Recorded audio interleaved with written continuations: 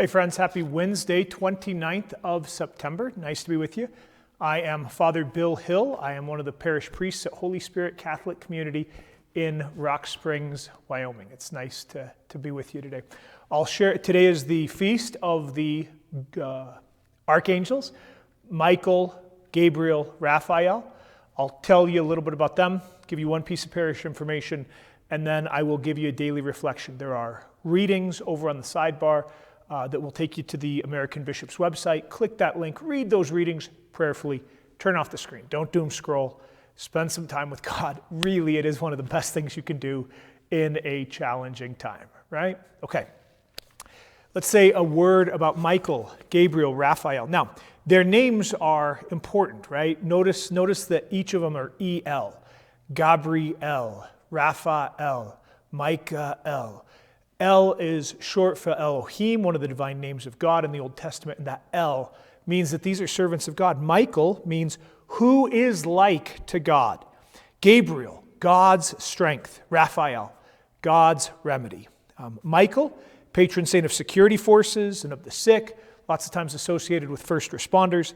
Gabriel, telecommunication and the postal service, connecting people, because he was the messenger to Mary. This kind of stuff, Gabriel, look after us, please. Raphael, travelers and the blind. So, the archangels of God, these particular servants. We have two options for a first reading, Daniel and Revelation. I'll share with you a little bit about each of them, and then just a word about John's Gospel. If you're feeling like doing some imaginative prayer, Daniel is always good for some imagination prayer. There is a divine vision, and it is very dynamic and active. This is not a static divine image. This is a very active revelation of God. The reason that this is used on the feast of the archangels is because of the line towards the end of the first paragraph. Thousands upon thousands were ministering, serving him. Myriads upon myriads attended him. In the divine court, these are angels, all right? So that's part of that vision, is all of these spiritual beings created at the beginning of creation who are serving, working on behalf, part of God's team.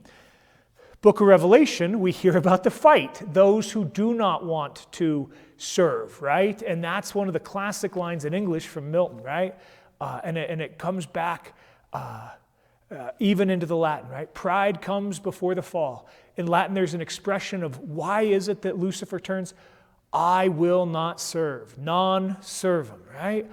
Strong enough, powerful enough, I want to be the center of my own universe, if that sounds familiar to any of us control freaks, strong individualists in a Western American state in the 21st century, right? The book of Revelation is about giving comfort and care. And it is about God who's already won the victory in the Christ, and how the pain of this last age are the death throes of Satan and his forces as they violently protest against the forces of God. And they've already lost because Michael and the army of angels has already won the victory. And then a bit about the book of John, right? You remember a few months ago we had the story, and I'm not going to remember which of the patriarchs, probably Jacob, right? He wrestles with God, he rests his head on that stone, and then he has a vision of angels ascending and descending. This is Jacob's ladder, right? That means that place, and I think that it was Shiloh, the foundation of Shiloh, that place is a thin space, a place that God the patriarchs desires to be worshipped. Jesus is invoking that. You will see angels ascending and descending on the Son of Man. Now it's not about a place, it's about a person, a revelation of God, and the angels serve this one. This is, Jesus Christ, true God and true man. In that reading from Daniel, that second paragraph is about the Son of Man, a title that Jesus uses for himself, and about all coming to adore. Here might be a place of reflection, maybe a couple of them, but we've been talking about the Babylonian exile that happened, 587 to 522 before the time of Jesus.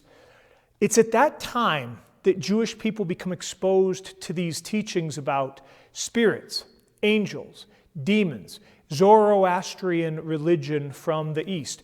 When we read about the Magi in Matthew's Gospel, it's the same milieu sort of a thing. Jewish people had to ask how all of this stuff fit in. They also had to incorporate the Epic of Gilgamesh and the flood. I mean, all this stuff, right? Like cultural exchange. They always knew that there is one God in heaven above and that they served that God. And that if there was anything, angels, demons, spirits, they were underneath that God. And that they had every reason to trust and to have confidence because they knew that they were servants, children of that God, and in relationship, they didn't need to be afraid. In our own present age, one of the subjects, I can talk until I'm blue in the face about theology. Everybody's eyes glaze over. The second we start talking about exorcisms, I swear everybody is like, what? Oh, what do you think? Let's talk about this. I don't fully understand why we're in this place as a culture. We just go and do the rituals of the church and bless, and frankly, it works. How about us?